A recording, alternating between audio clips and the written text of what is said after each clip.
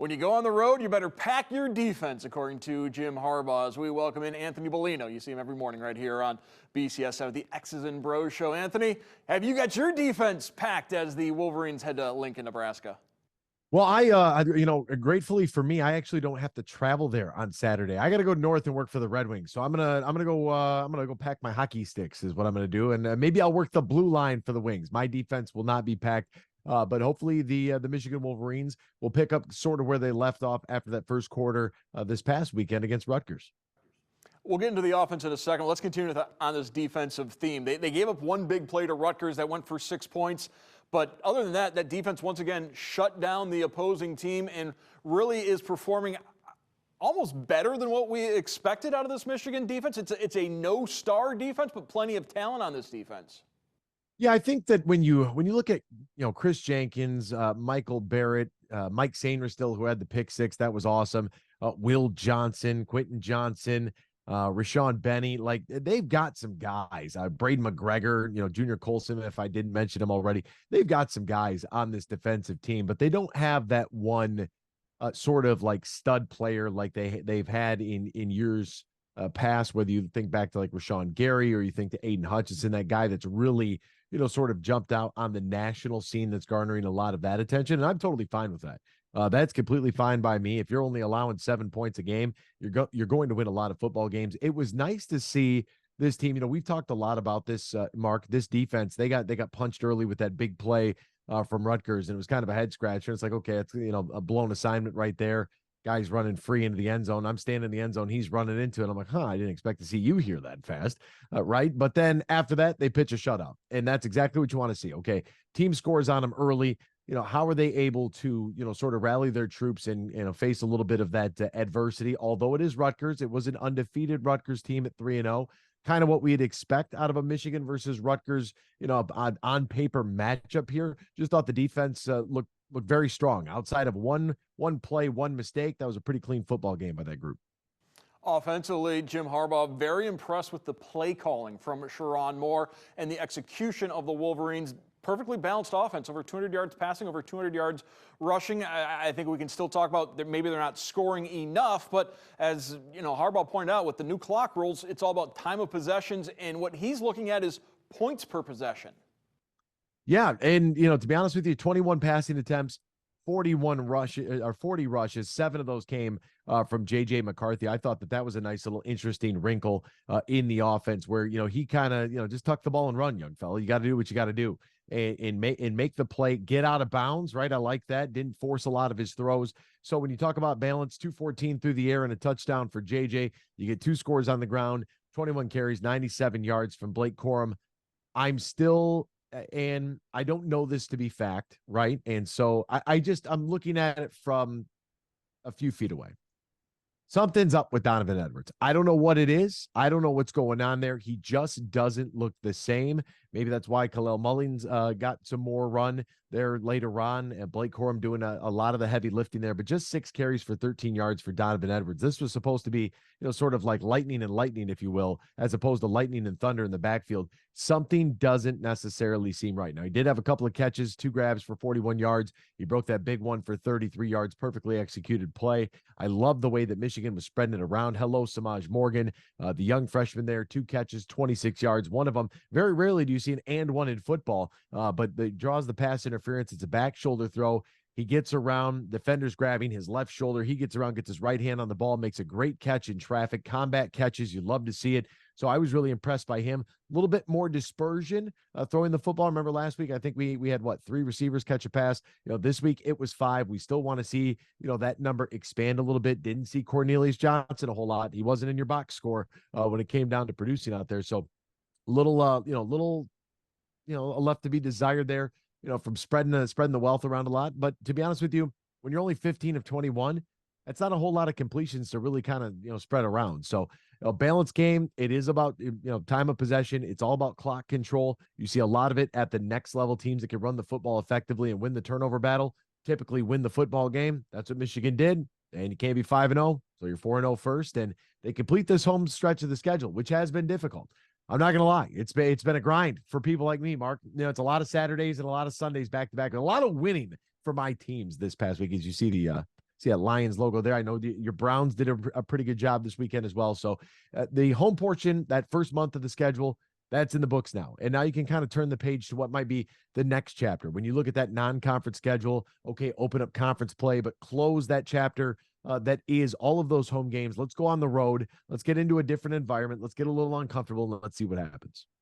We'll get to that Nebraska matchup in a moment. Let's go back to what you were talking about with Donovan Edwards, that Jim Harbaugh was asked about that earlier this week, and he said, there's nothing wrong with Dono. I like to keep some tread on the tires of my running backs, and if you look at the length of a running back career with college and pros, it's only about 8 years, and he's trying to take the approach of looking at Dono like he was his dad or his agent. He wants to keep some of that tread on the tires and spread the wealth around running the ball, and he doesn't want any of his backs getting a whole lot of rushes. But I think you are touching on something that a lot of people have noticed, that there just hasn't been as many carries, hasn't been as many touches for Donovan Edwards this season. That is something that is going to be something to keep an eye on as we continue to go forward. Now, J.J. McCarthy mentioned that they kind of kept him in shackles a little bit in the non-conference. They didn't want him running as much, wanted to save some of those runs for the Big Ten. And now that we're in conference play, we're seeing him run the ball more. And he said, I haven't always been the best about getting out of bounds. I got out of bounds against Rutgers, and I kind of felt a little bit better about that on Sunday. Didn't take as much of a beating, but J.J. McCarthy really was on point against Rutgers after a somewhat up-and-down performance against Bowling Green the week before. Yeah, a pretty good response. Didn't necessarily have the amount of opportunities that maybe somebody like and this goes back to us nitpicking, right? I mean, we're talking about a team that's just bludgeoning people 30-6 every single week. I mean, 30-3, 35-7, 31-6, 31-7. I mean, these games haven't really been close. Nothing's been in question. So we're really nitpicking and looking for things that maybe this team could improve on. Not a lot of opportunities there for JJ to air it out. Thought he was very disciplined with the football. That's something that we wanted to see after that Bowling Green game, where I felt like maybe there were some forces down the field he didn't necessarily have to make, very specific throws that he wanted to. And I get it. You want to make a play, but at the same time, you got to live to play another day. I like the fact that, okay, going out of bounds is now an option. You don't have to, lower your shoulder and, make that big boom of a hit if you don't want to. And, to be honest with you, you might really want to, but you have to save yourself, right? And you have to think about the bigger picture. You mean a whole lot more to the other guys on the sidelines than you might even to yourself. To Donovan Edwards, though, I know that keep the tread on the tires. Okay, I kind of buy that. But at the same time, the explosive play hasn't really been there for him. And even when he caught that pass in the backfield, like he ran into a couple of defenders, but then there wasn't really a whole lot of real estate to work with. But I just don't know what it is. I just don't know if I believe you, Coach Harbaugh, and you might be up to some funny business here. Is it a Donovan Edwards issue? Is it an offensive line that still isn't completely clicking? Although Trevor Keegan repeatedly on Monday said, we're close, we're close, we're close, we're going to get there. But when you've got some new guys on that line, there has to be such an innate communication and chemistry on the offensive line that maybe that's just not quite there yet. They do say, and Chris Wormley uttered these words, when you have a new group like this, that is one of the most, if not the most difficult position to welcome in new guys, or if you have any sort of rotation due to injury, because of the communication factor. And there's a feel factor there as well, where, when you're used to playing five guys across the front line, not only do your backs and your quarterback, not only do they have a very good feel because they can see what's in front of you, right? You can see those five guys. They're pretty hard to miss. They're very large individuals.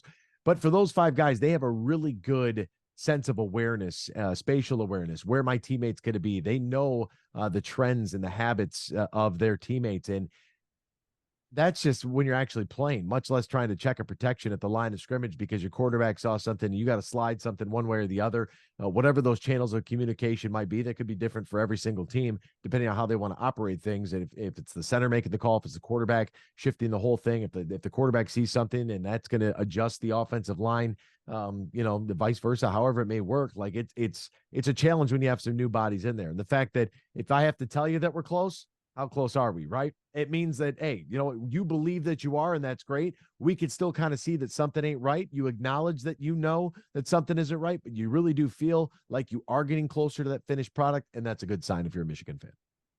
When we talked last week, you mentioned that you felt like Jim Harbaugh's presence was going to make a major impact on the sidelines for Michigan. The result was the same. The margin of victory was close to the same as the first 3 weeks, but there was a different feeling on that Michigan sideline just because of the fact that Jim Harbaugh was back last week.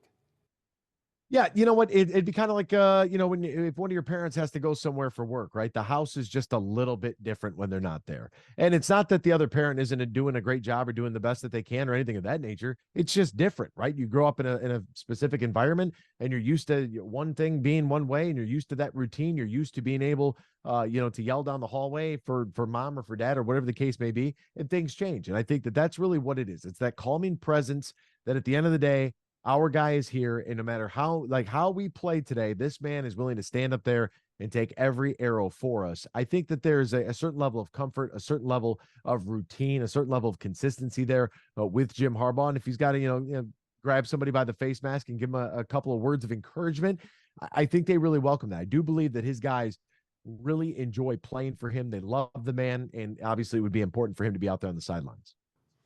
So the Wolverines head to Nebraska. I don't think we're saying much by saying it's the biggest challenge to date for this Wolverine team, simply because of the way the season opened with 4 games against really overmatched opponents. And let's face it, they should overmatch Nebraska as well. But the Cornhuskers 2-2, coming off a couple of wins, and Matt Rhule is taking things over at Nebraska in his first season. Yeah, it's going to take a little while. The big thing for Nebraska, I think, for me, is for Matt Rhule. When he was ultra successful at Baylor, he recruited Texas very well. And if you remember back to the '90s when Nebraska was good, they happened to have some guys out of the state of Texas. Texas is one of the big 5 when it comes to high school football recruiting, along with the great state of Ohio. So I can throw that in there as well for all of our viewers. But Matt Rhule, it's going to take him some time to get that Texas pipeline flowing back to Nebraska if they're ever going to be able to get anywhere near. I'm not saying that they'll ever return to that same level of what Nebraska football was and what a lot of people feel like it should be. I don't think that they'll be in play for a national championship again within, I hate to even say it, but within my lifetime. I don't foresee that happening. I just don't see what the draw would be to go play at Nebraska. So Matt Rhule's going to have his hands full. But if he can start to swing some of those 3-star recruits out of Texas that might have to wait a little bit to get on the field to go play for the Longhorns, might have to wait to go play for the Sooners, they might seem to think that, hey, Nebraska might be able to compete with a team like a Baylor, like a TCU, like an SMU, for example. However, insert Colorado, and that's a whole nother bag of worms. But maybe Matt Rhule will have some success opening up that pipeline and trying to restore Nebraska to where they were at. They are 2-2 on the year. I do want to preface that by saying they lost to Minnesota 13-10. PJ Fleck's Golden Gophers are not a good football team. They lost to Colorado, who was 22. They lost 36-14. We found out that, hey, we knew that Colorado's defense was going to have problems against Bo Nix and company.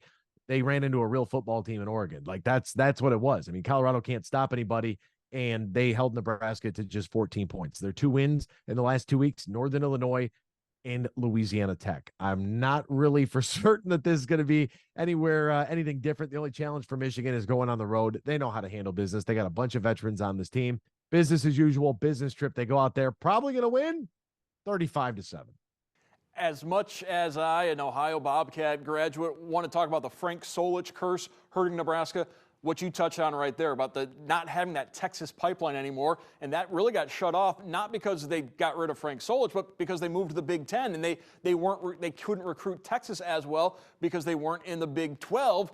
That's going to be a challenge going for Nebraska going forward. If you want to talk about the blue bloods and who are no longer blue bloods, Nebraska's in that conversation. It all goes back to recruiting and the way they haven't been able to recruit the areas they used to be able to recruit because they switched conferences. And that's going to be a continuing theme over the next 5 years with all this conference realignment, how that's going to affect some of these traditional college football powers.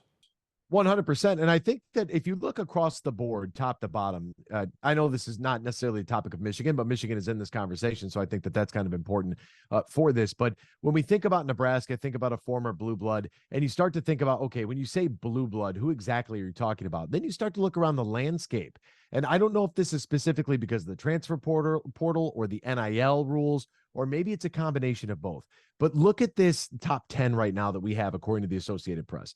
Georgia, Michigan, Texas, Ohio State, Florida State, Penn State, Washington, USC, Oregon, Utah, Notre Dame on the outside looking in, Alabama, LSU, Oklahoma, Miami's right there at 18.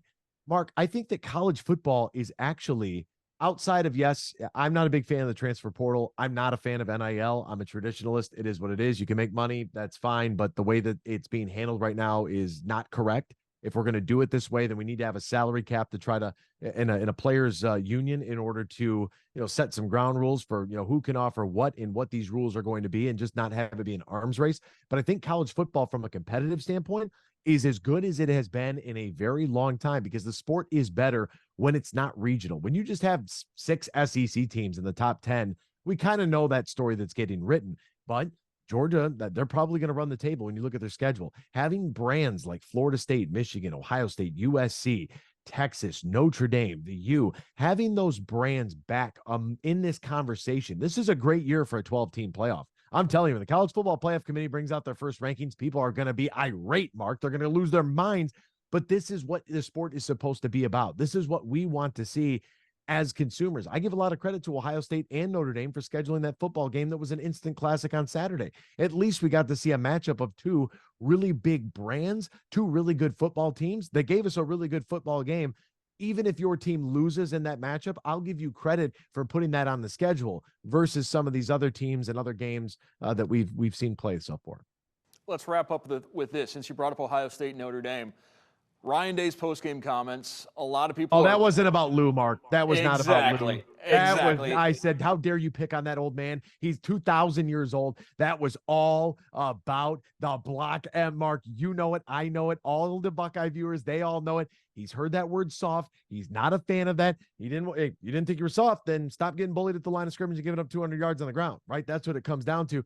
Here's the deal, though. Remember 2 years ago, at Michigan, they came out in that third quarter. They could have won that football game had they just stuck to what Ohio State does. Throw the football. But he came out and it almost looked like he wanted to prove a point, and he wanted to run that power football, and he wanted to punch Michigan right back and go to the body just like Michigan was going to. You don't have to if you can knock him out with one punch. Go right for the jawline. Catch him square on the side of the face. Ohio State is built to throw the football. That's what they want to do. That's why they send the amount of wide receivers to the league and the amount of quarterbacks that get drafted. That's what you do. Do what you do and do it well. They get a little bit of there. I think there's a little ego in there, a little bit, that they want to line up and go, hey, our 5 against your 5, and let's see who can own the line of scrimmage. That can get them in some trouble, Mark, but I'm glad you brought that up. If you have to say you're tough, you're not tough. Toughness is shown, not spoken. Michigan Wolverines, they head to Nebraska on Saturday, first road game of the season. I want to thank our guest, Anthony Bellino from the X's and Bros Show. Anthony, thank you so much. Mark, my friend, as always, it's a pleasure.